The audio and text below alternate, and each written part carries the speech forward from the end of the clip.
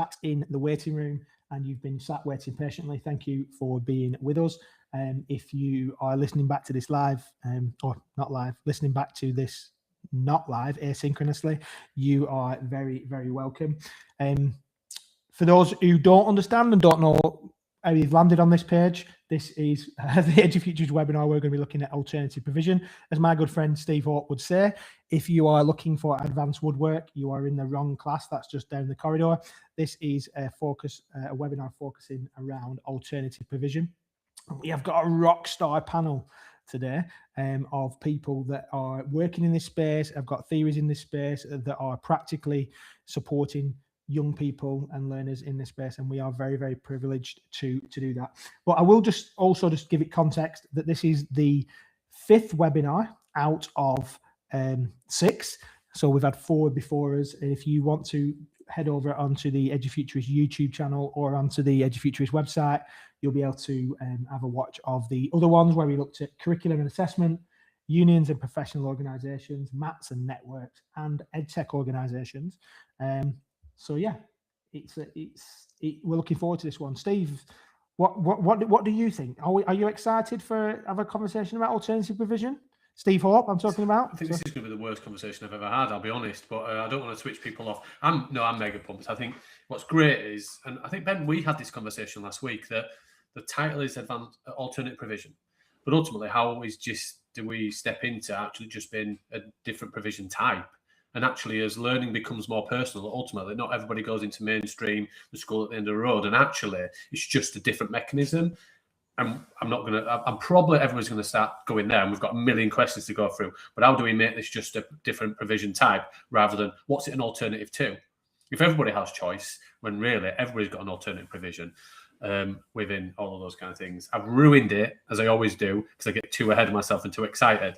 But I think people will say it better than me on the call, and I'm going to sit quietly, not shit quietly, because that's always an interesting way to start the conversation as well. I'm going to sit quietly, prompt and probe with the questions, and bring the guests in. So let's get going, Ben.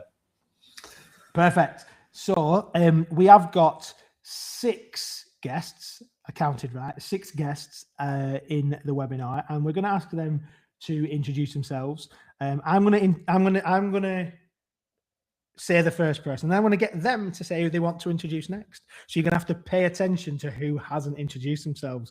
Oh, so this is a little bit of a test. This is like being at school, isn't it? So I'm going to make this really easy for the first person, because they don't have to think about who has and who hasn't. So I'm going to ask Tara to, because she's been on the podcast before. Actually, Iain's been on the podcast before.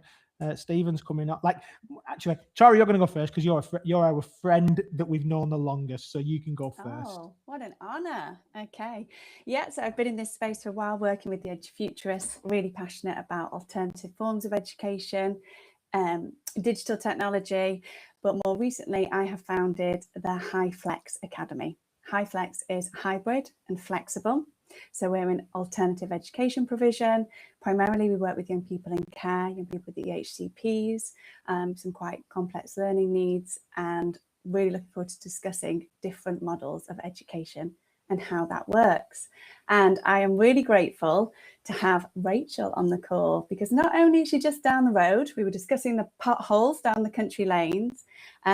Rachel will explain, but I've been admiring the model that Rachel has built at a local primary school around the corner. That was very smooth, Tara. Thank you. So I'm Rachel Gourley, head teacher at Huxley Primary School. So yes, it isn't far from Tara. Huxley has grown from a school that was struggling for numbers. We were at 4-5 years ago, point of closure, and it was actually Flexi that saved it, but now Flexi is the heart of the school.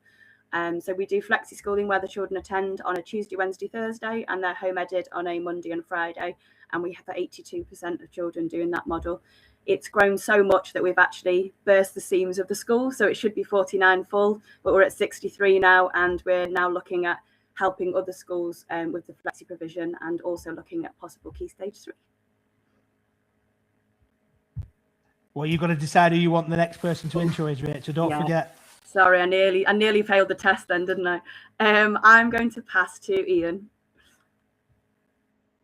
Thank you, Rachel. I'll try and the smoothness of the transition here. But so I'm Iain MacRitchie. I kind of got three maybe experiences to bring. The first one, and it's kind of an evolution, but the first one was I get dropped in to sort out kind of I had 90 children's homes and then kind of 10 alternative provision schools. And from that experience, I then went into mainstream and set up a really to support care experienced young people in mainstream schools, set up a charity that ended up becoming mentoring. So we peaked at about 8,000 young people being supported each week, about across 150 or so secondary schools. So that's a second reference point, and it was effectively a little bit more in Scotland, hence the accent, although I do live in London. And it was a bit more about prevention of exclusions in the English system. My third bit of experience is what I've now focused on, which is pure tech in combination with human. So taking the mentoring model, developing some ed tech, and ideally as an ambition to try and reach 250,000 young people. So that's like a crazy ambition. But it really is a combination of everything I've kind of learned over the last 20 years, and most importantly, a brilliant team that I've picked up along the way. So I shall pass elegantly to Alessandro. Iain, check everyone can hear me all right? Fantastic, cool. Yeah, great introductions, guys. Lovely to hear about all of your experience. So I'm Alessandro. I started my career as an English teacher, moved up, was a deputy head teacher in a comprehensive school down in Brighton, and then made the switch to online education. After COVID, some of you might be thinking, that's after that experience, how can you make that choice? For me, it's just passion about reaching more children. I'm now the Director of Operations for Inspired Online Schools. We run 2 online schools in the UK, Academy 21, that I'm sure many people would have heard of. We are an online alternative provision, and we work with just over 1,000 schools, place students with us in any given year who can't access education otherwise. And that's really been me for the last 2 years, massively passionate about access to education, inclusion, and as you might expect, what technology can bring to the picture to help children with hybrid forms of education and those who otherwise wouldn't make it into a classroom. So looking forward to the conversation today. I'm going to pass on to someone who I've spoken with at events before, and that is Stephen.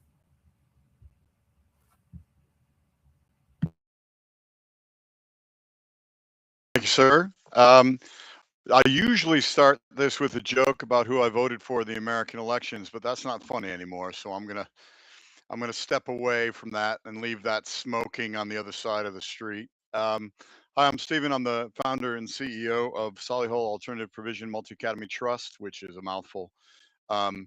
We currently have 3 academies and 7 sites, but over the next 3 years have the potential to do that again, almost a time and a half over from where we are, which is exciting, but is also somewhat galling that the need persists for bricks and mortar in the way that it does. I originally came over here, I turned down a professional wrestling contract to come over here and study Shakespeare. And ironically, the thesis that I wrote was on students not being able to access the national curriculum and Shakespeare's role in that. And I don't do a lot of Shakespeare these days, although some of the discussions with certain authorities are quite Shakespearean. But that mission to unlock why certain elements or core elements of the curriculum are not being accessed at the level that they should be by the most vulnerable children is really what is driving the work that we do here. So really excited to listen to and speak with colleagues, and glad to be here now that I've figured out how to log on. Oh, let's go to Ed. You're next to me on screen. Thanks, Stephen. Hi, everyone. Great to be here. I'm Ed Robbins, CEO of Fresh Start in Education. Been with the company since it started about 15 years ago, and we're a one-to-one alternative provider. We work one-to-one in children's homes, as in their homes, in schools. Loads are out of school to help reintegrate them back into education. It's great to be here. Awesome. What a panel. What a panel. Minus Ben. And me. But I think the first question I want to step into, and Tara, I'm going to come to you first, and then we'll just dot around if that's okay, is what does it actually mean to design education for young people in alternative provision, in terms of, if we still categorize it as that, rather than just adapting mainstream models that were really never built for, and is often some of the reasons why they're disengaged or can't access and switched off from learning in that type? How do we do that, and what does it actually mean? Okay. So it's really interesting that you had focused on being disengaged and engagement. I think it's a really crucial part for any young person with their relationship with education. And I kind of want to go into this with the caveat. My background's in mainstream education. I think there's still fantastic things happening in the curriculum. It just isn't the right fit for all and for all young people. And we see such fantastic stuff happening in this space, in alternative education, online, in different locations. And I think the common denominator is nearly always just starting with the young person and the child, and thinking about, we're not going to make education, you know, it's not shoehorning, it's what are their needs, what does it look like for them, and how can we pick up on that engagement piece. And I think that that is crucial when it then comes to designing the curriculum, and you have that space and capacity within alternative education to do just that. So if I think about some of the young people I've been working with, they've potentially been out of education for up to 2 years. You know, I can't just expect to be back into the classroom. You know, Stephen, they're not going to be straight ready for some Shakespeare. What are they interested in? What does that look like? You know, and how can we then start to build and design a pathway back? And it's that crafting. I worked with one local authority, and they use the word curating. You're almost like a curator of education, and you're starting to think, what does this look like? What could a timetable? So let me take one of my young people that I've worked with. Couldn't get much on engagement apart from skateboarding. So skateboarding went into the timetable. You know, turn up on time, respect the instructor, build a little bit there. Let's take those skills, marry that into rebuilding trust with adults in that sort of instructional environment. Can we build on that? You know, that's not going to work in every mainstream setting, but it can work in alternative education as a starting point for that route back. So it's that designing, to your point, it is exactly the right word, designing education specifically to that child. Anybody else want to jump in, give their thoughts? Rachel?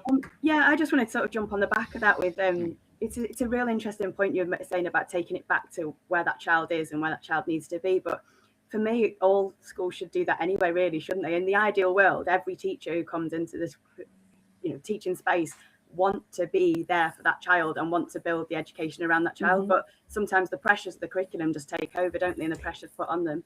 So the way we do it here at our school is we talk about safe, secure and understood first. Yeah, and absolutely. If that child is safe, secure and feels genuinely understood as a person, the academics tend to come afterwards, don't they? But sometimes for some children, that's only a week of like that touch base and getting to know them. I mean, it's usually a bit longer, but others, it can be years of that, and it's building up those relationships. Yeah. So a massive part, I think, that's missing from the education system at the moment is that sense of belonging, and that school is their space and they belong there. And equally that they have a say over their education. I feel like very often education is done to them rather than including them. So I think it works. I think we can look and learn. Where does it work well? Early years. You know, when you go to an early years classroom and at the start of education, and it's interest based. And if you go into an early years setting, everybody's doing different things in the space in the classroom, and kids are skipping in, and we can track engagement and love of education and look to primary schools where it's high. You get to year 8, is it the OECD who did the data? And it drops off the cliff for sort of young people and their engagement. So we could look to pockets of where it works well, but I think you're absolutely right, Rachel. Yeah, I did a session with some secondary colleagues in London through the diocese, and it was to share flexi model, and a lot of it was about we don't have the time to build those relationships. And I just thought that was really sad, because if you build the relationships, you will have those children more on board, won't you? Absolutely. Stephen, I know you wanted to come in. Yeah, I guess it's more of a facile idea, but I come from generations and generations in the States of, well, teachers, truckers, and longshoremen. So I'm not speaking from the transit side. I'm speaking from the education side. That we talk about in this trust, that alternative provision is 2 things. Most people see alternative provision as off-site, not most, but a lot of people still see it as offsite direction, bricks and mortars, you go there. Sometimes in the worst cases, out of sight, out of mind, last chance disco, all of those harmful connotations. But the limiting connotation is that it is the province, AP is the province of AP, if that makes sense, because alternative provision is curriculum innovation, it's curriculum intervention, it's best practice, it's social justice. And you know, we talk about when we work with teacher training providers is that if you have decided to go into education and you want the stone soup sort of boiled down to its essence, the passing and tackling of rugby in terms of an education experience, that's what AP is. And it's a mindset that mainstream, rather than AP trying to make mainstream models fit, it's mainstream schools that are adapting that mindset of adaptation, of alternative provision, of, as you say, Tara, you know, it is possible. It's a huge ask with 32 or 28 or whatnot in a lesson, but what can we learn from the people we are spending money on and sending kids to, either that be or programs that we're putting on? What can we learn about our own practice and our own curricula flowing through the mainstream that can benefit from that? And it's one of the exciting developments from the white paper, is really starting to make that formalized of no, this isn't just if you happen to commission somebody or are lucky enough to be working in a system that has an AP that has a strong tier 1 offer or something like that. It's actually, you know, the duty to collaborate and learn from each other and make AP a mindset and approach that everyone is using, or sorry, make alternative provision a mindset and that all different sectors are using. And then AP is one element of that mosaic, that are the pathways that might suit an individual child's needs or provision. And just sat into that then, this sounds a little bit like pick and mix education, and it's almost like it's a segue. Many of the people who are listening, and I know that you guys on the webinar will know that me and Steve are in the final throes of producing and putting that book, Pick and Mix Education, out into the world. But what I'm hearing there is that rather than saying we need a one-size-fits-all curriculum, and what we need to do is shoehorn that mainstream curriculum into alternative provision, despite care needs, despite disability or difference, despite individual needs, despite lots and lots of chaos that might well have been in individual learners' lives, chosen or not chosen. We're saying what we need to do is create that one size fits one student model. Interestingly, on the podcast we've talked about that research around Bloom's 2 Sigma model, and the idea that the thing that has the biggest impact on learner progress is the class size, in terms of like having smaller provision, and the idea that one-to-one is what we really need, and how do we scale one-to-one? And we could possibly talk about some of the technologies that can help in that space. But realistically, knowing students and giving them something that's designed, and I think that, again, reiterating that conversation around design, we talk about universal design for learning for special needs or for special educational needs or adaptations, but we're talking about that in this space as well. So yeah, lots of exciting stuff that comes into that. But many of you, sorry Iain. Yeah, no, sorry, carry on, Ben. I'll just come in after you're complete. I can't midstream because you're about to say something profound. Well, I'd like to think so. It'd be very rare. It'd be that one time on a podcast or a webinar that I might have said something profound. I was going to move into that conversation around intersection and the fact that many of you, as working in that space, in the space that you're in, it will be not just you're doing education and we're doing teaching and learning and we're doing Shakespeare. We're having to manage social care, welfare, even the justice system, and I know many of you will be working in that space, and that becomes super complex then. Yet we're trying to, again, how many of these kids are going to be able to do a GCSE?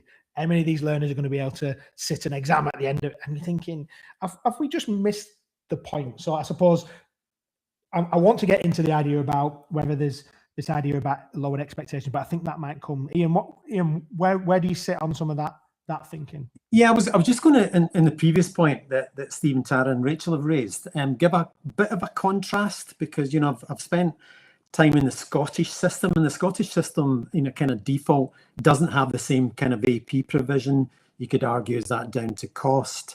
But it tends to try and maintain in mainstream. You know, again, there's pluses and minuses to that, I'm sure we can touch on. And I contrast that with my experience of the English system. If I look at the common denominators, and I do think there's a way that this can be really effective. You know, for me, it's like another definition of the 3 R's. And I think these are kind of pulled together, that the most important thing I've seen in both is the quality and strength of relationships. So it's not your conventional 3 R's. You know, this is perhaps the alternative 3 R's in education generally.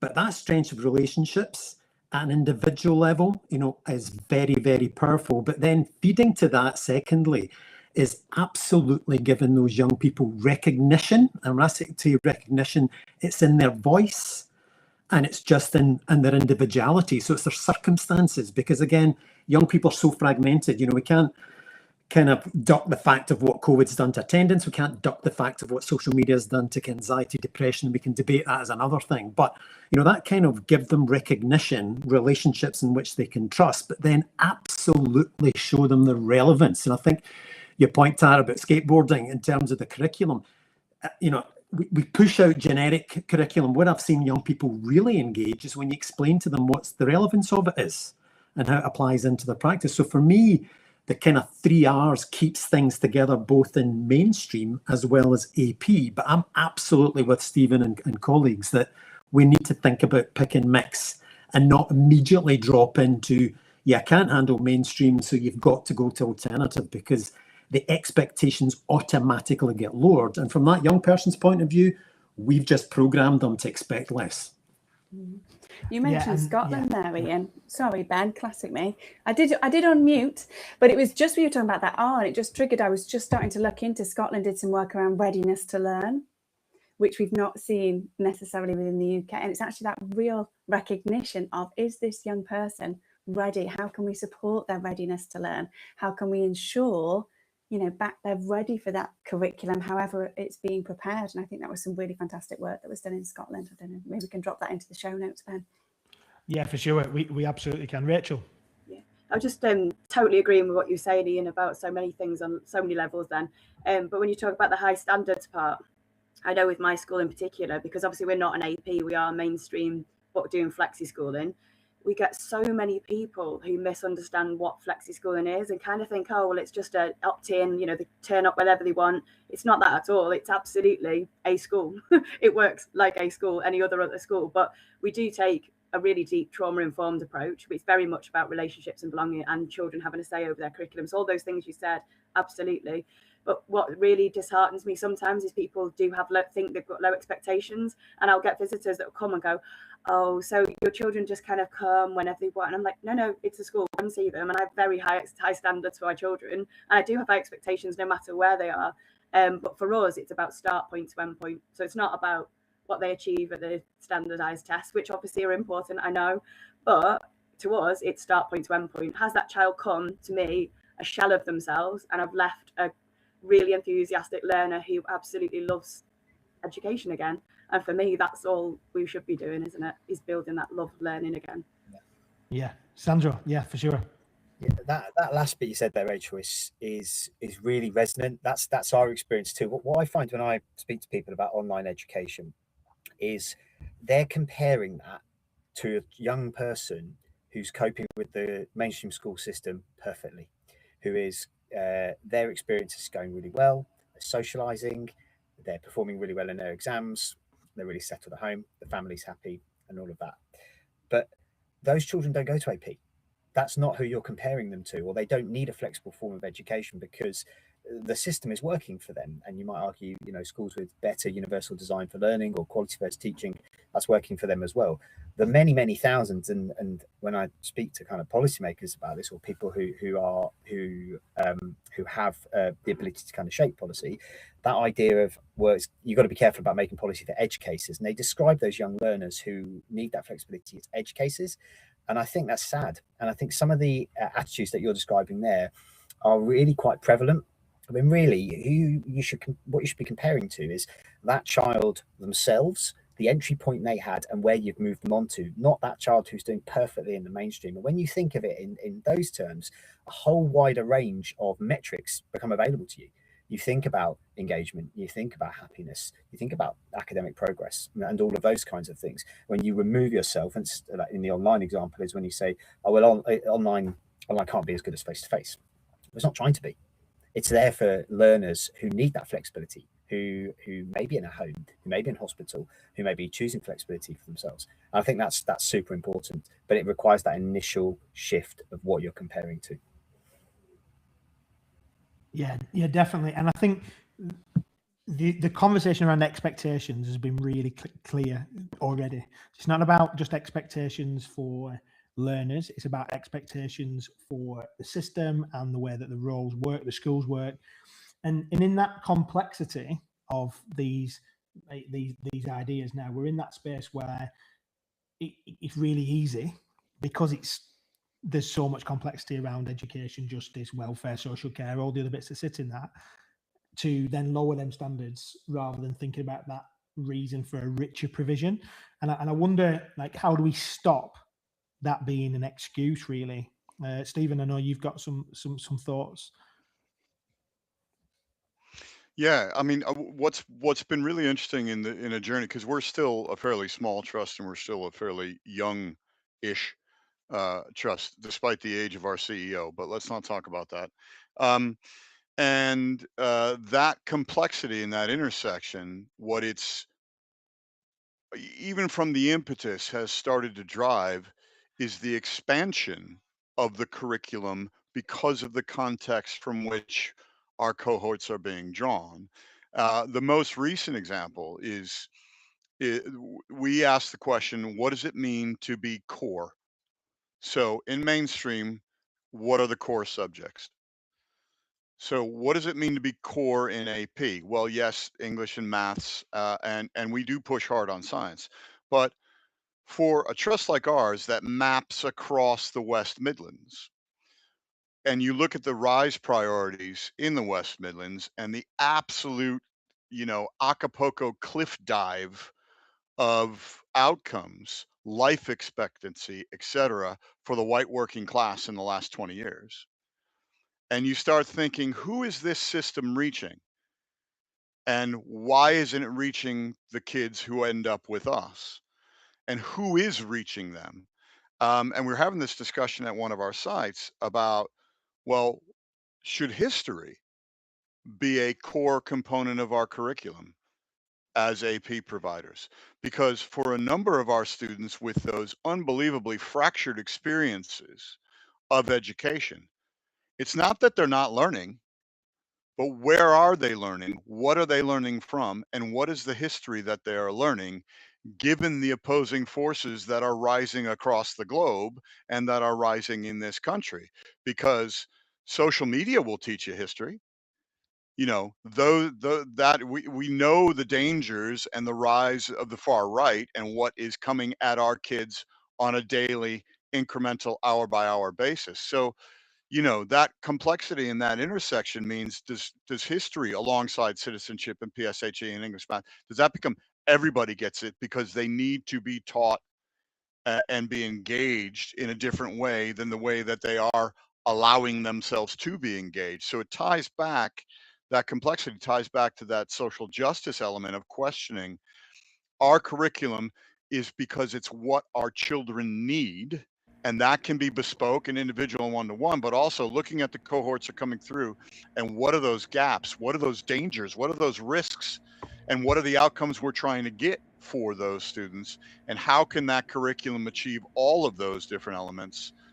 Starts to really blow the glass ceiling off of it. And you say, all right, what's necessary? What's the dream? Where are we going with this? Because of the complexities involved in the kids we're working with. Do you know what? Before I just come to you, Rachel, and I know that you want to jump in there. I think it's really interesting for me as a former religious studies teacher would say RE's core, and Steve would, as a PE teacher, probably say PE's core, and English teachers in the room will say English is core, history, and we'll say, well, science is important and French is important and learning language. And so interestingly, then what happens is we then just go back to, well, maths and English are the ones that are most important, so we'll just do them most. And I disagree wholeheartedly with that concept. I also disagree that in mainstream, I know we're on an AP conversation here, I used to teach RE and expected for kids to get a GCSE in it, but it's all right. Take them out of RE, do extra maths and science, and do extra English because they're more important. I'm like, come on. And that's systemic. That's not individual schools, that's not individual leaders, that's systemic. But somebody in an ivory tower somewhere has determined the most important things that students need to be able to do is algebra and remember Shakespeare and 19th century poetry, not that brown person down the street who you think is different to you and therefore can be treated worse off. We can tell them this, call them that, because that's what we've heard. We don't need to talk about that. We don't need to talk about their religious beliefs and perspectives, because as long as you understand 19th century poetry, as long as you can recite Pythagoras' theorem, you'll be all right in life. Anyway, I'll get off that soapbox. But I really wish that curriculum assessment conversations would actually think about the things that matter in the world and come into that. Rachel, sorry, before I lose all the viewers and nobody will ever want to be on a podcast ever again. It was only a quick one. What I'm noticing is we're coming back round to the same conversation, aren't we, about belonging and relationships. So actually what you're talking about, Stephen, isn't it, is about them, their relationship to the world, their world, and the world they live in, and the skills that they need and the things that are relevant to them. And when you talk, Tara, about making curriculum relevant to the children, they're going to learn if they're interested, isn't it? And I always tell my teachers that there's no point in asking them to do a data handling project on the favourite flavour of crisp, because that next person not bothered about it. But if you're telling them we're going to change our new menu at school, and they give them a purpose, and actually they've got a say over the menu at school, it's going to give them more understanding of the world around them and how things are organised in the world. So I do think it's that relationships in the world as well as each other, isn't it?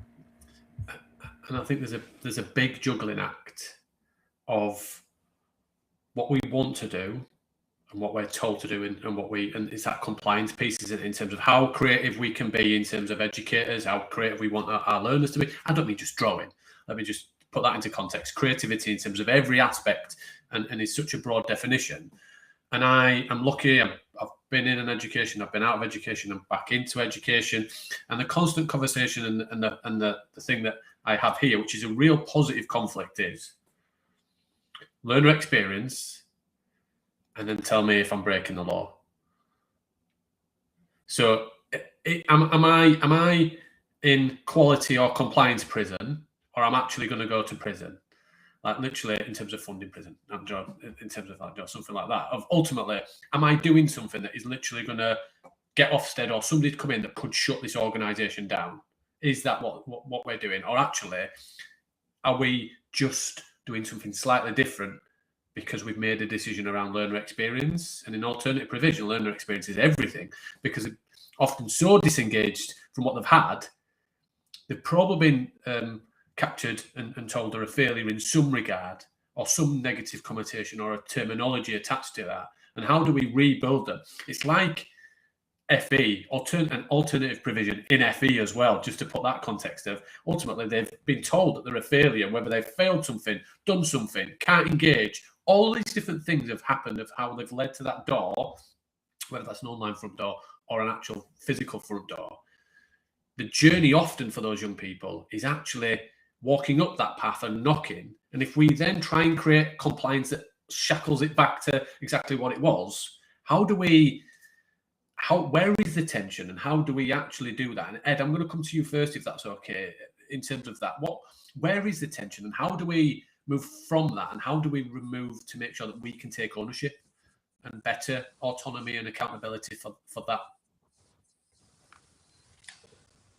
Yeah, I mean, as an organisation, for us, we're in the unregulated sector, which does give us a lot of freedom And I think that's, we're really very fortunate in that way, that we can be very, very flexible. I mean, just kind of echoing really what I think everyone's been saying, it is about meeting the young person right where they're at that moment and connecting with them in what they're interested in. And I think it's then, in terms of the compliance, is getting on board those that are commissioning, is getting them on board and understanding what the end goal of the provision is, what we're trying to achieve in that provision, to really kind of to raise the standard and raise the bar. I think, I think for us it's really about that flexibility of seeing. Sorry, I'm getting a bit stuck. Do bear with me. So I think seeing that. Sorry, I'll stop there. Sorry. That's okay. Not a problem. Anybody?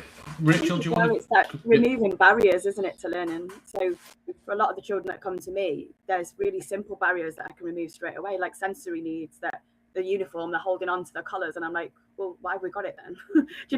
So I think it is looking at what's the ridiculous within curriculum, within schools, isn't it? Which a uniform for me, it doesn't matter as long as you've got you can see them relax and they can learn. It's, makes sense, doesn't it? Or we've got some that, certain scent smells are, upset them, so we have to change the way the classroom is, and but you do it, don't you? Because if it means they can access education, then you're on the way, aren't you? And I think sometimes people are scared to break down those barriers, aren't they? And some of mine dance down the corridor singing and dancing, and I'm like, well, that's fine, because they're expressing themselves. It's not chaos, they're just having fun. But I think sometimes there's too much of that, what did the archaic system look like, where they were walking down the corridor, their hands down the back, is ridiculous. I think some of it is about, as well, what do we really need? And don't get me wrong, my kids aren't running around like chaos around the room, but they're enjoying themselves and they're free to be individuals. Like a boy did his SATs today with a big wig on his head, and I was like, he's done his SATs, it's fine, I'm not bothered about the wig on his head. maybe let him sit with his wig on, but don't do the SATs. But we'll get into that conversation. Tara, I'm going to bring you in, but after Iain first, if that's all right. Of course. Thank you. Oh, Tara, will you allow me to go first? I don't want to be, bad manners, but Am I already getting a bad rep? No, I'm getting one. I mean, for me, this is a cultural point. Go back to what you raised, Ben, when you start to pull in social work, we start to pull in the kind of complexity. I hate to say it, it's risk management, and it's risk of failure is the cultural point. We need to call that out, because that's what gets into the guts and the DNA of every subsequent discussion I've seen, witnessed, been involved in. It's all about failure. So the reframing for me with that passion is, we're not going to lose the word risk, but it should be the risk to success, and just have that grounded. If anything else, if we can, to the entire population that's listening to this, kind of reframe, because it changes attitudes to it. Until we get rid of that kind of risk of failure, and back to the point, Stephen, you talked about the comparison, we're comparing our young people in AP, and even those that are in mainstream that need alternative support, we're comparing them to an average, to a norm that doesn't exist.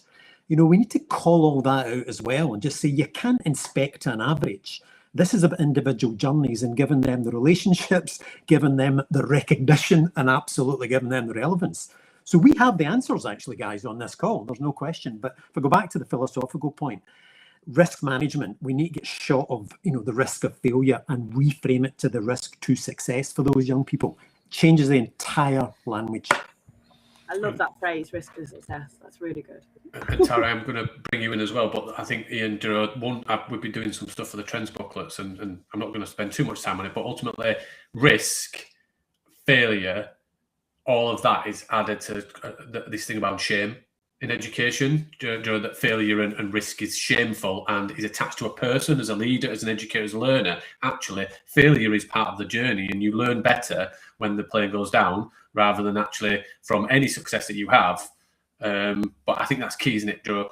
Failure, risk is very different to shame, and we need to stop treating them exactly the same and pulling it all as one thing. Tara? We've moved, Ed. It was your point, really. I think we've got some similar experience with some of the young people we work with, and when you are in that unregulated space, or we've seen some newer outcomes, non-school alternative provision, or IOTAS, or all this language around what we're trying to do, unregulated, straight away has some of those negative connotations, and we're thinking about high expectations. if we are providing an education, we've got really high expectations and aspirations for our young people, and we have a good entry point and an exit point, and we know where we want to get them to future aspirations. Always one of my core. We talked about relationships. If I can get a young person start thinking about their future, I really feel like that's a success point. But we're stuck in the metrics of PEPs, or if we're working with virtual schools, sometimes the metrics are academic output, or are they going to get 97% attendance? You know, if they're the 2 points that are still coming down from the top, it can be really difficult. And I think, Ed, it's a shared journey of, yes, we're in unregulated, yes, we're working with some very complex young people, but if our aspirations are high, and if we baseline and we think about entry and where they're at, we can build our own metrics. And like I said, I think within this panel, there's a team of people doing that really well, probably in silos. We should all get together more often and think, well, how are we tracking our young people? What does that look like? What entry to exit? How can we track engagement? How can we have positive risk around learning, but still evidence it? So I think positive risk is a phrase I keep using at the moment. I don't know if it's the right thing, but a positive risk taking. And also, we've done some micro credentials and worked with Louise Jones, who's another friend of Edufuturists, and we've got whole little modules that are all value-based learning, and you're supposed to make the mistakes and then reflect. And it's actually, failure is fine, risk is fine, but yes, we have some space to do that when you are in an unregulated or an alternative provision.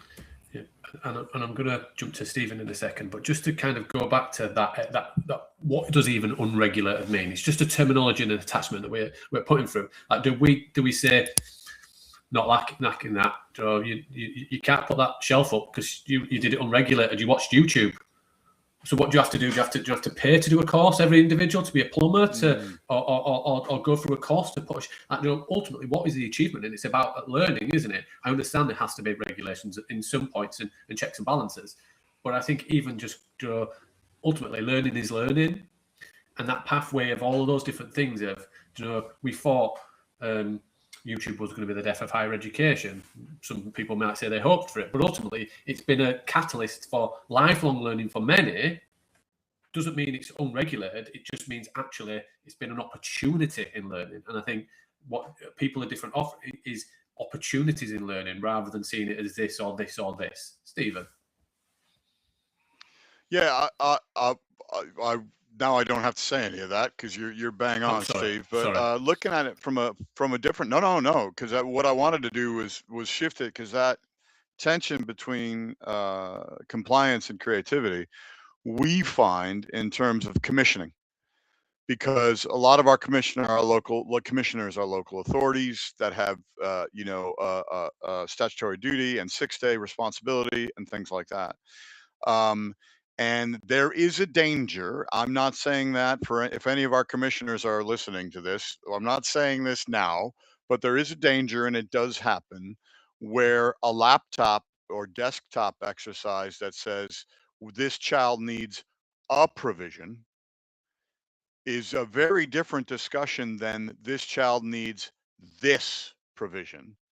And when you are responsible for sites or academies or pathways that fulfill that statutory duty and are saying, well, that response from a commissioner saying, well, there's nowhere else for them to go. There's no one where else for them to go is the worst possible reason for any child to be in any provision. However, the creativity comes in there in the bridge building and the partnerships forged with commissioners and the trust forged with commissioners to say, okay, this is not working for this child or this cohort, and you are trying to shoehorn them into pre-existing pathways so that what was amber on your laptop is now green, and what was red on your laptop is now amber. Okay, we're safe, we're compliant. Alternative provision is based on compliance, but compliance as a springboard for creativity to say, okay, these cohorts may be compliant in that they're registered here, but they're not attending. So it's compliant, but it's not making any difference. There's no impact for the child. It's not making any change.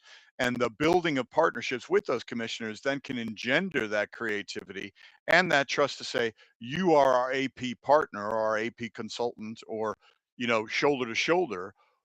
Your expertise, you know, and as we move towards that model from the white paper, part of that expertise is the pathway that you now need is this.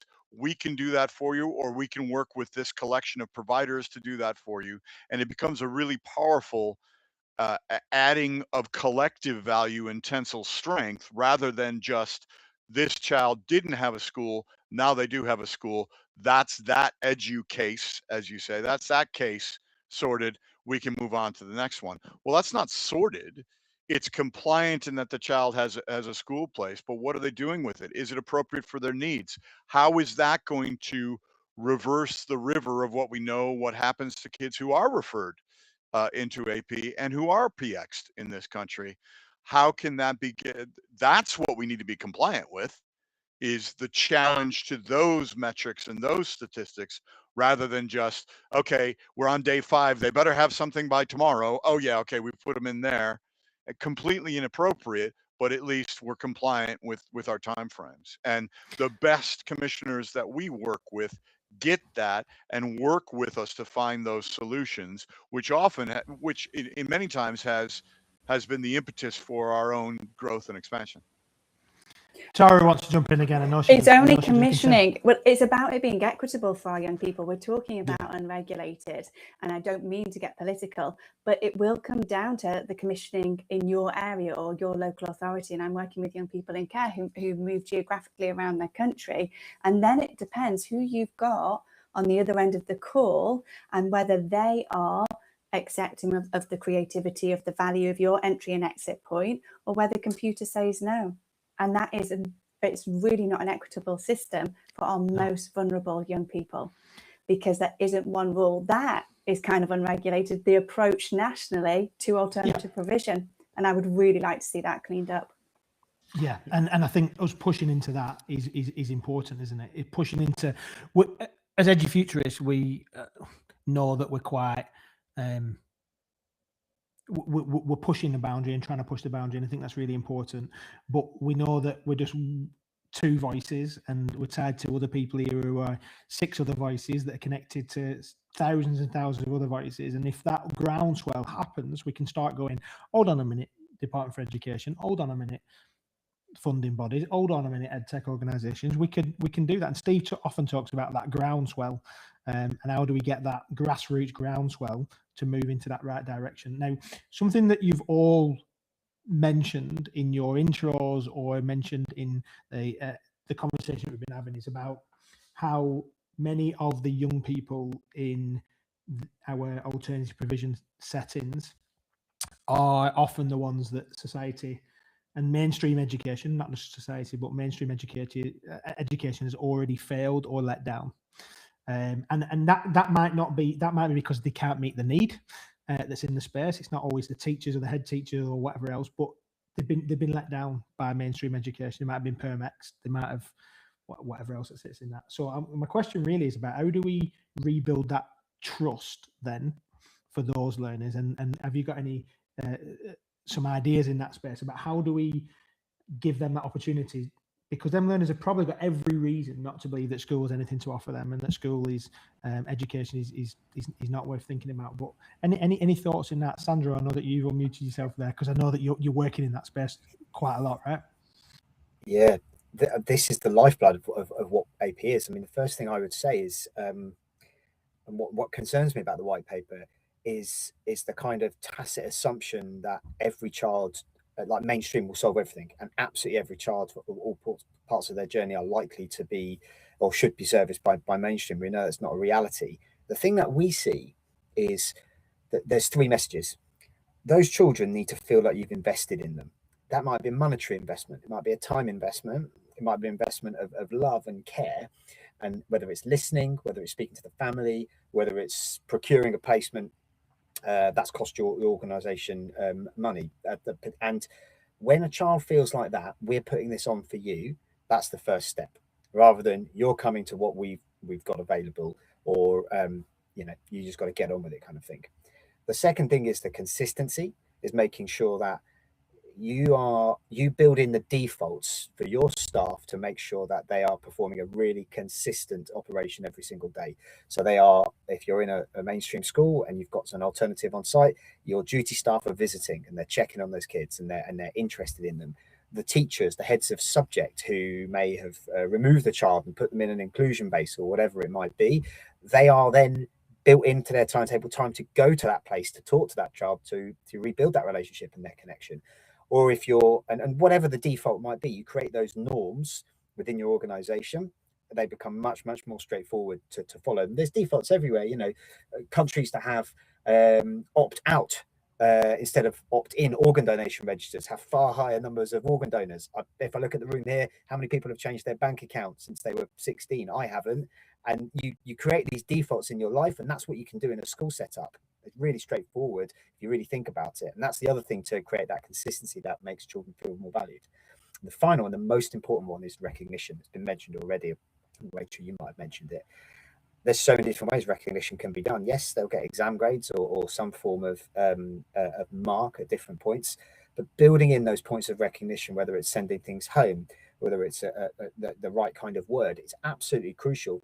And one thing we should do, to your point about grassroots, is where recognition is being stymied or where recognition is being hampered by policy, we've got to shout about it. In online, for example, and this will surprise many of you, at the moment, a child could be attending live lessons every single day, engaging, doing really, really well. The government wants those kids to be marked as absent. Whereas a child who goes to school, isn't coping in school, isn't in any lessons, but has reached the school gate, it might be stood at the school gate, is present. Those two things don't make any sense. And one thing we really shout about is you're stopping schools recognizing a child's effort. And how do you look at the child who's sat in a hospital bed, who online is the only method for them, and tell them you've turned up to 25 online lessons live this week, you've got 0 free attendance? That's the state of play.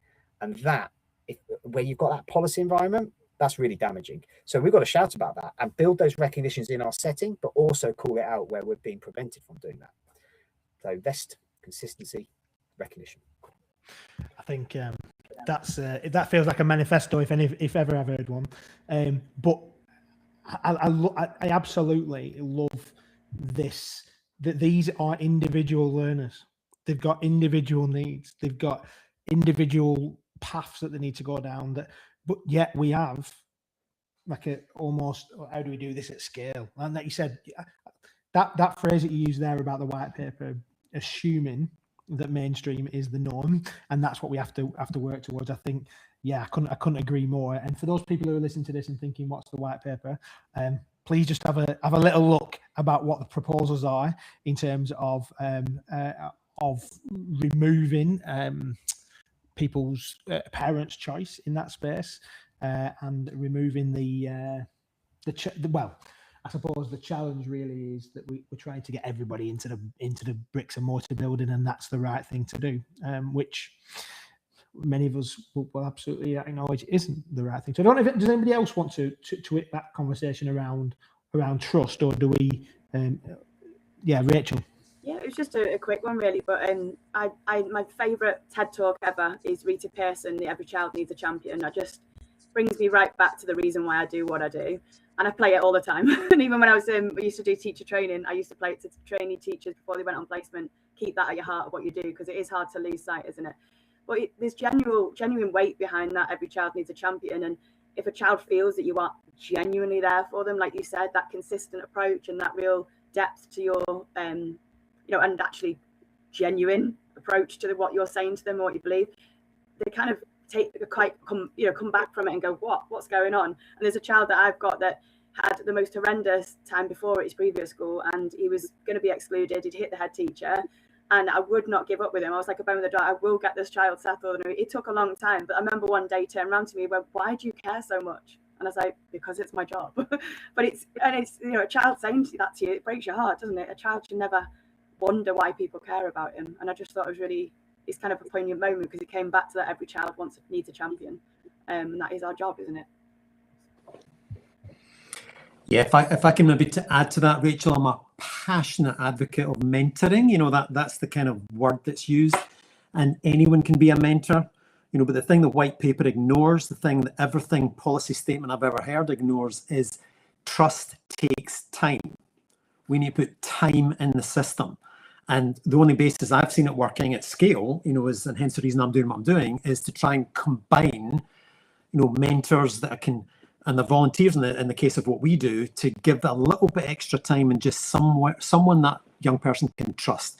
In my experience, that's the only bridge. I think we all practice it day in, day out. It's the only bridge from where that young person is to any chance of engaging in that kind of knowledge, skills, confidence, self-belief, you know, that kind of journey we want every young person to go on to. So, you know, time and attention and trust is all interlinked. Become a mentor, you know, let's be advocates for mentoring in the most general sense of the word, because that's what it is. The title of the paper is Every Child Thriving and Achieving, but, you know, what does thriving actually look like? We've not given a definition, and I think sometimes thriving is seen as a child who's attending school day to day. But, you know, like you said before, are you present or are you actually present? You're just turning up, might not be present in your mind. So I think that there's a big gap of work that's been missing there about that thriving and achieving and what that looks like. And equally, what about all these different provision that are there? It's not accounted in that paper, is it? But I know you're doing SEND next time, so I won't go too far in SEND. I think it's a couple of Ed, do you see you've unmuted? Do you want to come in there?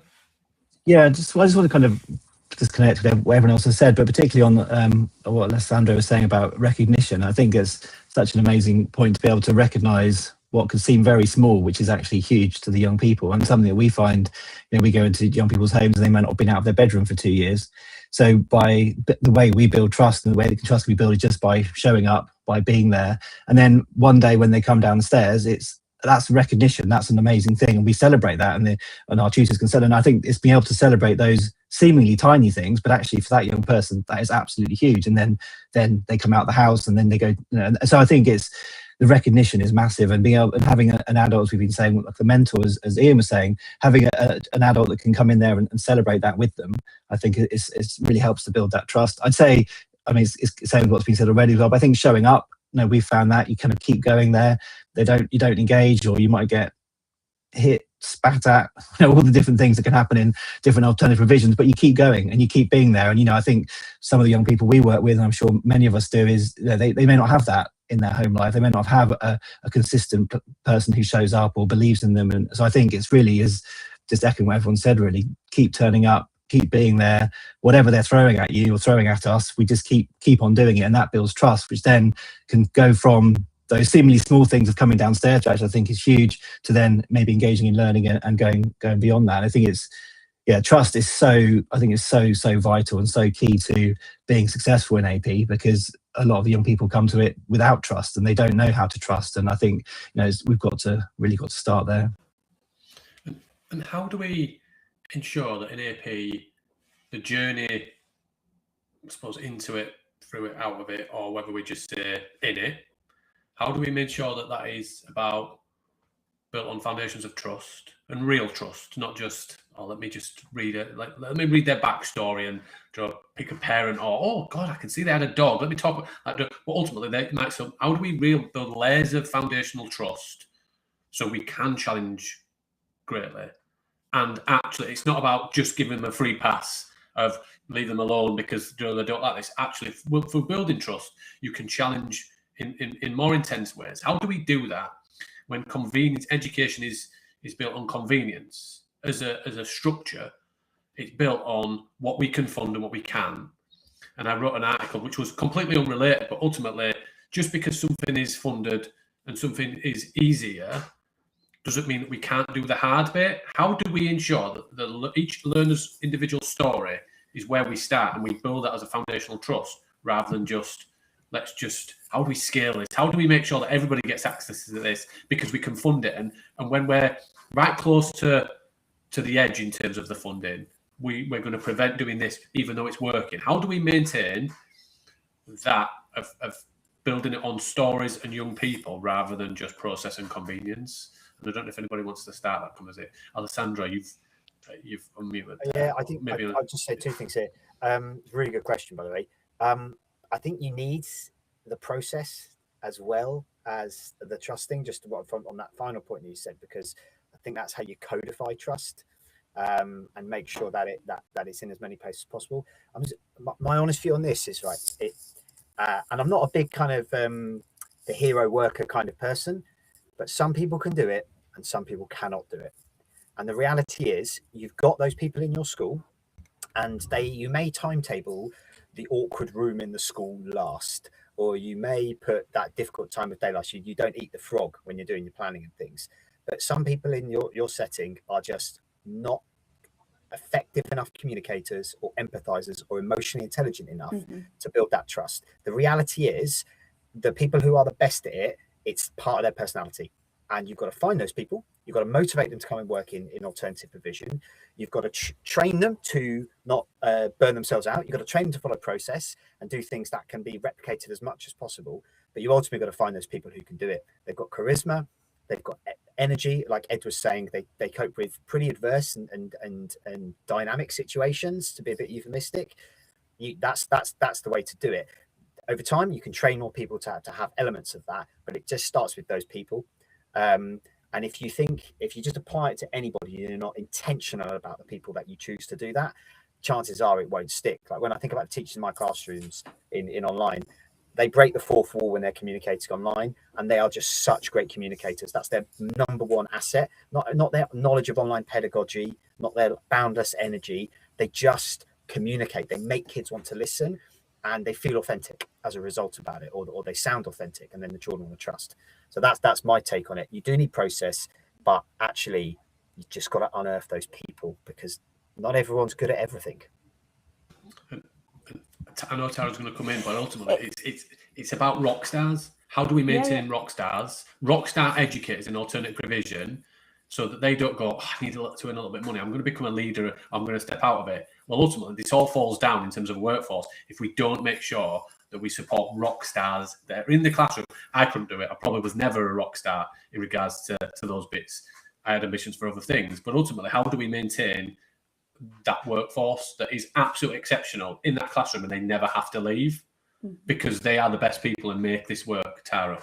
They're exactly my points. Now, Alessandro, you picked them up. I'm still pen and paper gal. I'd written down funding.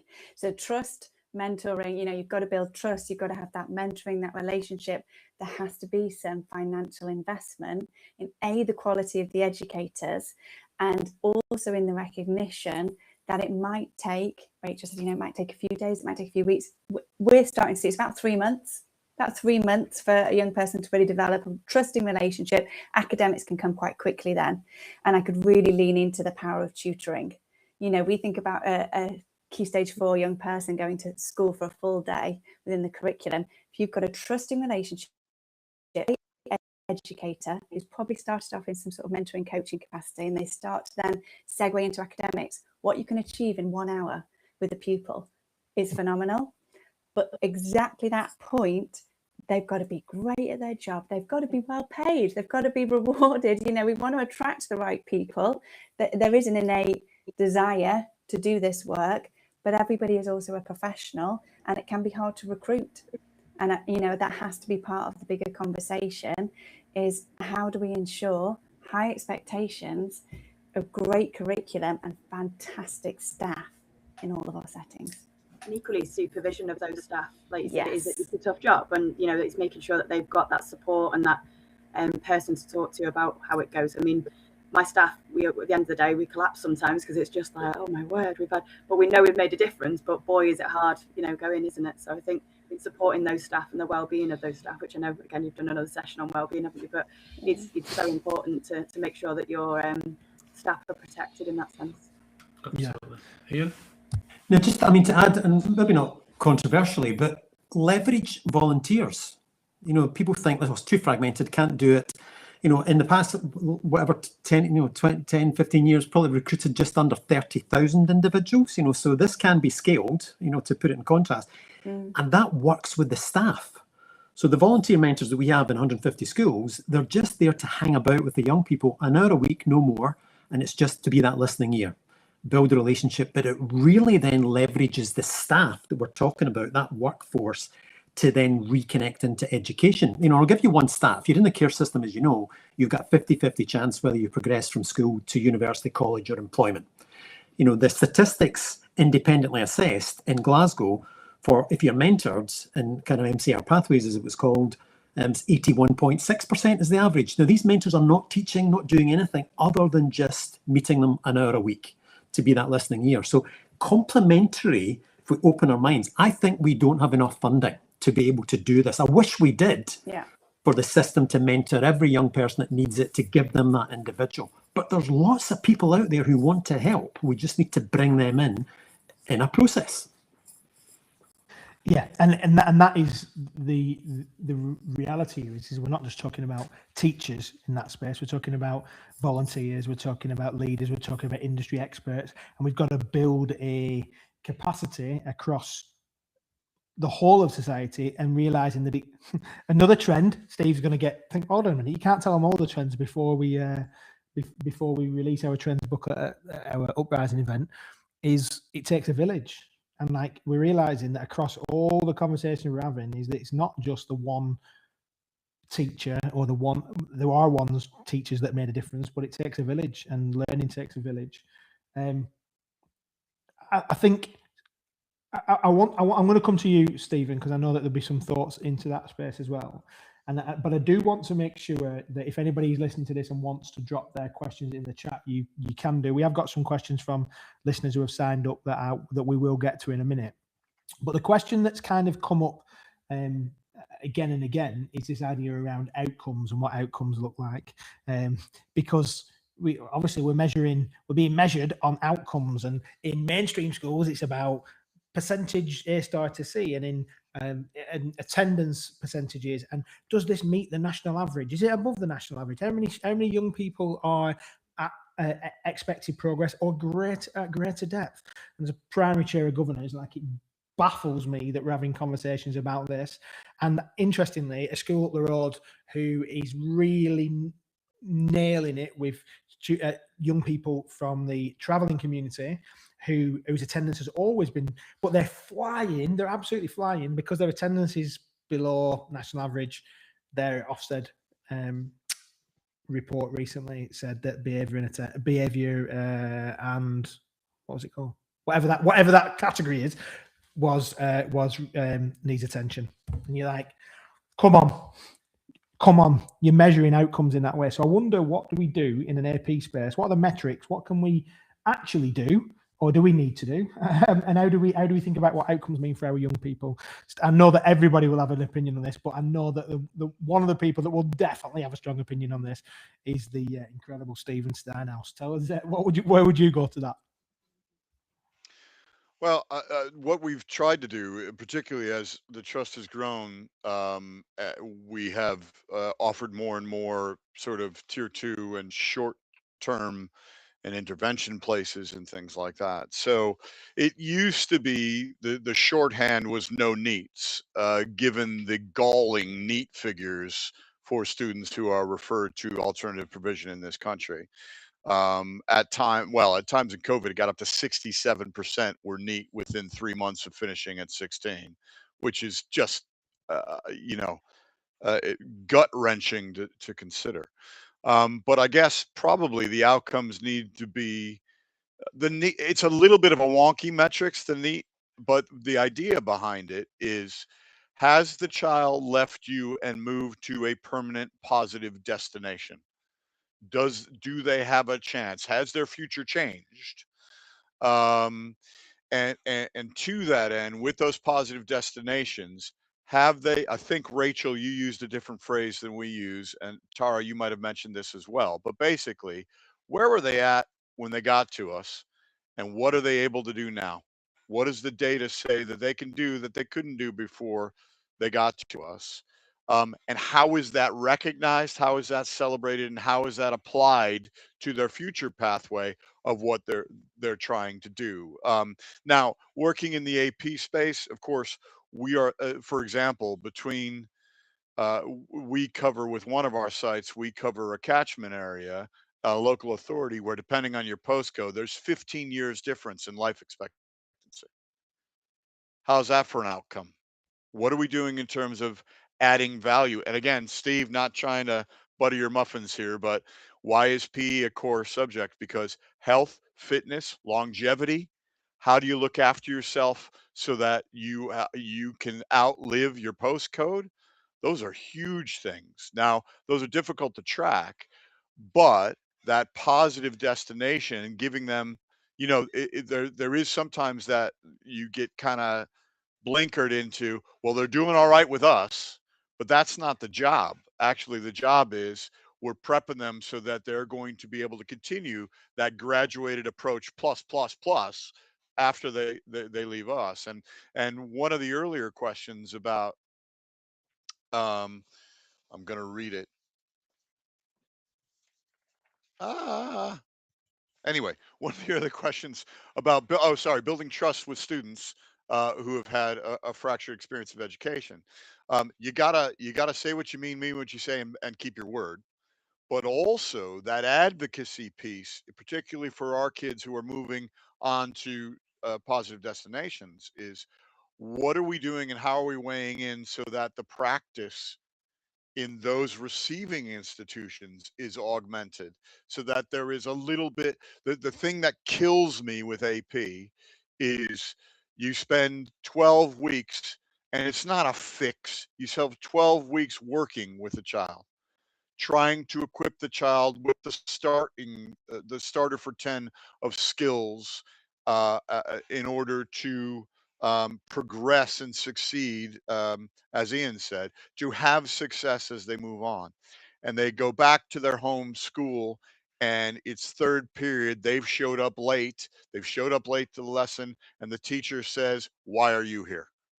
And 12 weeks of input and restorative work goes boom.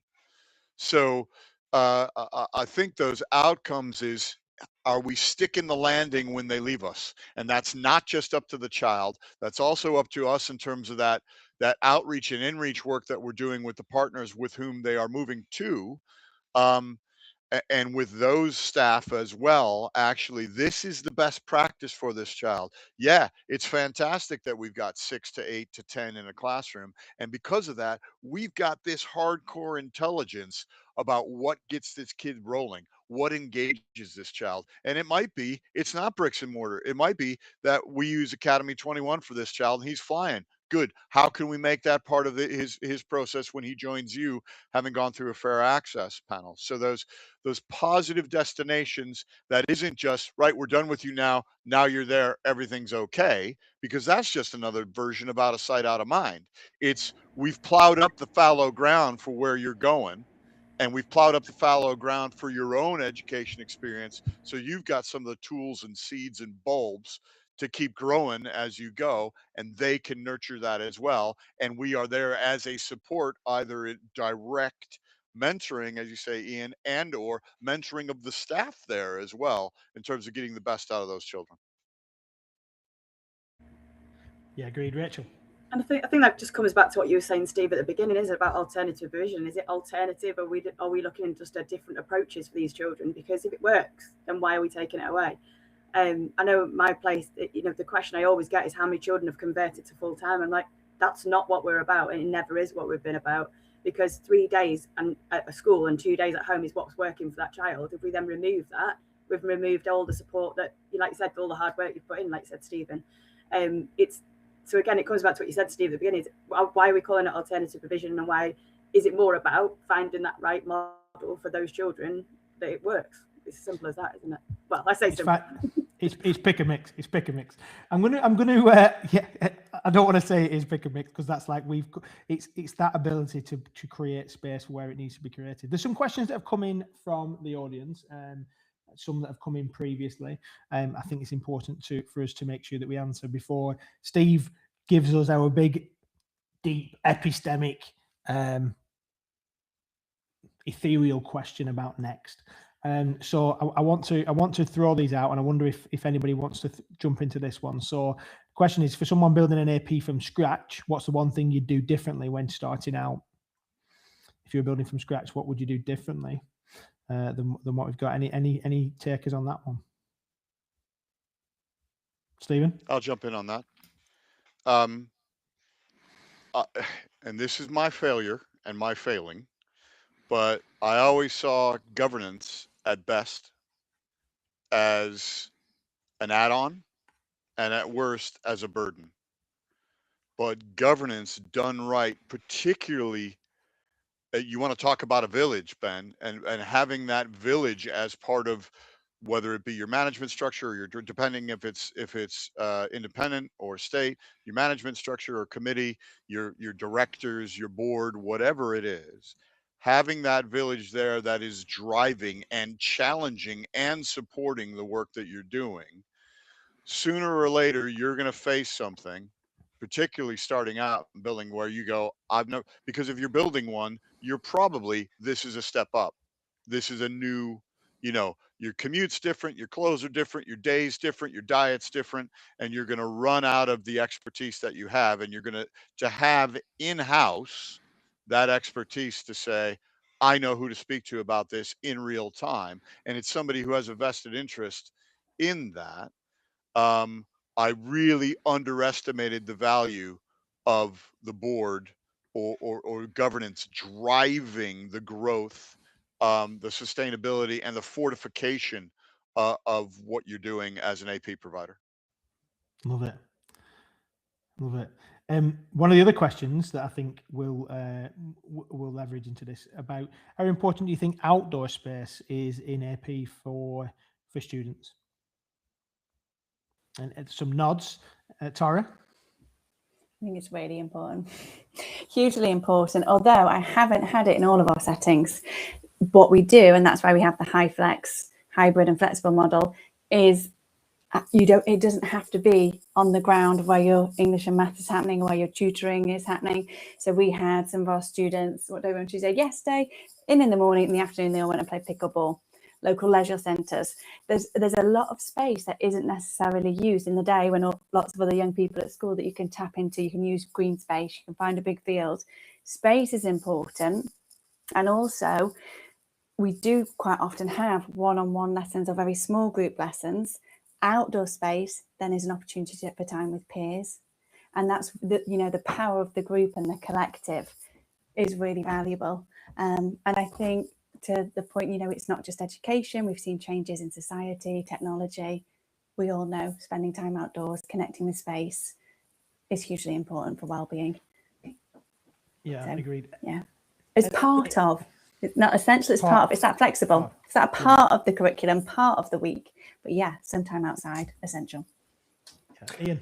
If I could combine both points, actually, I'm just, the last question on this one, and saying, end of the day, the biggest thing I would change is time. You need to bake time in. You need to bake relationship time in, just not teaching time. Yes. And a brilliant way of building relationships with a young person is walking side by side outside, because it's non-confrontational. I've just seen so many relationships built on that basis. So combination time, outdoor space, brilliant. Look at that. It's like a quick fire question. Like, he's got this. He's done this before. Iain has done this before. And there's one last thing that I'm going to ask, and it might be a bit controversial, but it might not be. What's the one EdTech tool that's made a real difference to learning? Has there been an EdTech tool that's been useful in that space? It wasn't an EdTech person that asked that question, I don't think, but it's just worth asking. It was like, yeah, Google asked if, or Microsoft also asked if. No, is there anything that people have found that's been useful in that AP setting, or not? That's also okay. I think I'll jump in here. I mean, look, I'm not going to resist the temptation to say Academy 21's online alternative provision, but what I would say is it's very situational. So we have a lot of EdTech tools. I actually also happen to completely agree with what Tara says about outdoor space and time. We make sure we've got lots of breaks in the timetable for that. We teach children how to do it, even if we're not alongside them physically. You have to work out what works for your setting. The types of learners you've got, the needs that they've got, because the worst thing you could do with EdTech is get it rolled out without the evidence it works, or that it's likely to work in your setting. And less is often more. Look, a great messaging system, something that allows children to share their views and have different means of participation, something that's more we have private chat pods just with the teacher, we have more public ones, we have breakout rooms, we make sure there's something for every learner, and that's the basis for this. Is this phrase that I use, is difference is our default. We expect every kid to be different, and therefore we design and make default all these different routes to get to those similar outcomes, and every school can apply that different mindset. And if you have that expectation that everyone is going to be different, they're not all different, they group in some different ways, that's a good principle to like think about how you might purchase edtech tools. But very often what sits behind the edtech tool is an amazing teacher who's reviewing that data, analyzing the insights and building their classroom practice on it. There's a recognition culture that uses that data to send certificates home. It's only as good as those people that I mentioned on the previous question. So it's very situational. Sorry, Ben, I really couldn't resist coming in. Clearly, Academy 21, brilliant, absolutely fabulous. What you're doing, Alessandro, fabulous. It's the combination of tech with human that I think is, and didn't find one, so developing one. Sorry, I couldn't resist that. Yeah, so Iain is building one. So actually, I know he's not going to promote it himself. KeyTU is actually being built into that space as well to support in that. So please do, if you are listening to this or watching this, we'll put some links in the show notes for that to make sure that everybody who's been on the call, we can put some links in to the work that they're doing as well, so anybody else can follow that up. Stephen, so we always finish the webinar. Stephen Carl Hope, you move into the final middle question. Name. Middle name. My middle name. Do not drop the middle name, Ben. You horrific human being. All joking. So we always come to the end of the webinar with 3 quick fire questions. You won't have seen these, but we're going to front. No, all joking. Pretending it's a podcast. So this is going to be quick fire. We have 8 minutes left, and we're going to do a bit of a wrap up at the end. So you've got 1 minute each, and I'm going to go around. And if you go over 1 minute, I've got a button here, and the dog barks. So it's a special Pavlov classical condition, and I've been practicing it, or maybe that's just what I'm going to do. So it's not what do you think, it's what do you hope. Nothing to do with my surname. It's just the fact that we all are ambitious. We've all stayed in education. We all support education, and we are hopeful. There's a lot of doom and gloom. There's all these different challenges, absolutely. But if we were to have this conversation in 5 years, what do you hope has changed?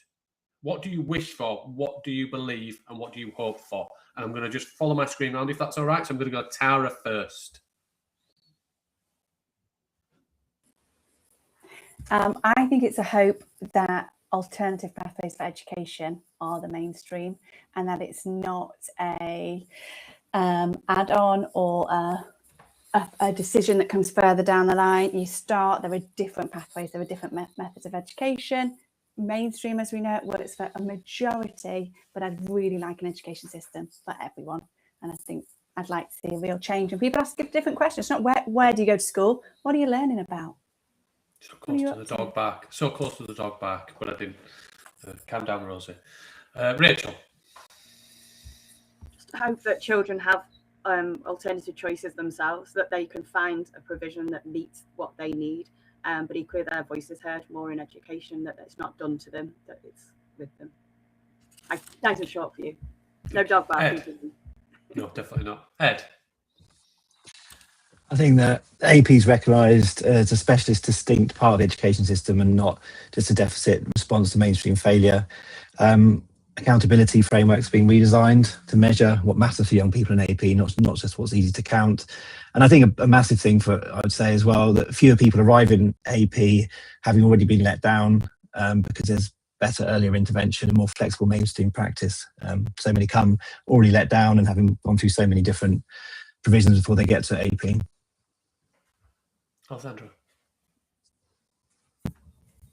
There's not lots left after those first 3 answers. Absolutely. Keep going. Just say exactly what he said or exactly what she said. What That's Ed fine said, as well. basically. My view, it is actually very much what Ed said. It's to make sure that accountability is really about what happens to that young learner as a person that can sustain themselves later in life. And then a second thing for me is genuine policy that embraces flexibility, technology, things like what Rachel's doing in her school with flexi schooling, genuinely looks as those as tools to move the dial, and realizes there's messy pathways to positive futures. People come at it from loads of different ways, and if we can build a system that has that difference like accepted into it, I think we'll have a lot of happier children, and we'll have a lot more productive young people as they enter the workforce and become parents themselves. Wonderful. Iain. Yeah, I think it's easy. I've got a new definition of the 3 R's. And it's not about us, it's about our young people. And we give them relationships in which they can trust. we absolutely give them recognition, and that's their voice and their circumstances, such that we make a relevant curriculum that they choose, and we actually then progress. And for me, it's not the risk of failure, but we just put risk of success, and everything is focused on that. Easy. Very easy. Thanks, Iain. Stephen. I think it's ambitious in 5 years, but to remove the legacy of permanent exclusion, potentially even to take it off the table. Because if we are working shoulder to shoulder as a system that works and complements and wraps around, and we take that off the table, and as colleagues have said, we're working far enough upstream and have enough different wraparound points and options that you never have to permanently exclude. We can do something more proactive, more progressive, more child-centered, and remove that. It's been done in systems, it's been done in local authorities, it's been done in individual schools. What a wonderful thing that would be, as the statement that the English school system makes to the world is, you want to talk about permanent exclusion? Let's talk about permanent inclusion. PIX, baby. That's what I'm going for. Yes. My goodness me. Like I'm getting emotional and like saying, come on, let's burn our bras and let's go and take over and change something. But imagine that. Just imagine a system that allowed for everybody to feel included, and that does not lower the standards. That does not say that violence or drugs or all the other things that lead to permanent exclusion should be ignored. We're saying we care enough about our young people to make sure that there is always hope. Not Stephen Hope. There is always hope. And I think we interviewed somebody on the podcast not too long ago, and we talked about there being hope. And for a lot of these young people, hope is not necessarily something that they see a lot of. And if we could give them that, it feels like this conversation that we've had today, it gives me hope that there are people out there that are trying to make a difference. And I think, yeah. Steve, I'm going to get emotional here, mate. I feel like we need to just bring me back down to earth. I just think we adults are doing a terrible job with the world right now. And what we have to is manage our expectations and the expectations of the people that look to us as role models, and go back to when adults change, everything changes. There's a book on it and all of those different things. But ultimately, we need to do a better job as adults often to demonstrate, to lay the breadcrumbs, and to show how conflict can be positive, differences can be brought together, and there is hope out there beyond just social media and the media. And actually, the world is a wonderful place if you just stop, listen, breathe, smell, and do all those other things. I've been out with my socks off today in the garden, and all of those things. I'm not saying that that's what we have to do, but ultimately, if we just look at the little moments, the tiny moments of positivity and hope, there is so much. It's not about everybody getting together and hugging. What it's about is setting the expectations and saying, these young people, oh, they're terrible. There's no naughty kids. I'm telling you now, we are terrible as adults in this spectrum and this place. So we need to be better and lay the breadcrumbs of hope for our young people to follow. So we'll end it there. Sure. It has been an absolute amazing conversation. Every single time we are raising the bar, and we've got one to go. But I love having these conversations, and I wish I could just do this every day and never sleep. It's so good. Appreciate everybody.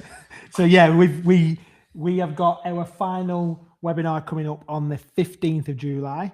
That is, hello, young man. He can wave and say hello. 15th of July for around send and inclusion. And if you want to sign up for that, then you can do. Go over to edufuturists.com/roadshow. Find out a little bit more about that. But that leads us perfectly in time to say thank you to Ed, Alessandro, Iain, Stephen, Rachel, Tara. This has been class. We really appreciate your input, your involvement, and all the work you're doing. Keep doing what you're doing, and maybe the future of education is bright with you guys at the helm of it. So thank you very much.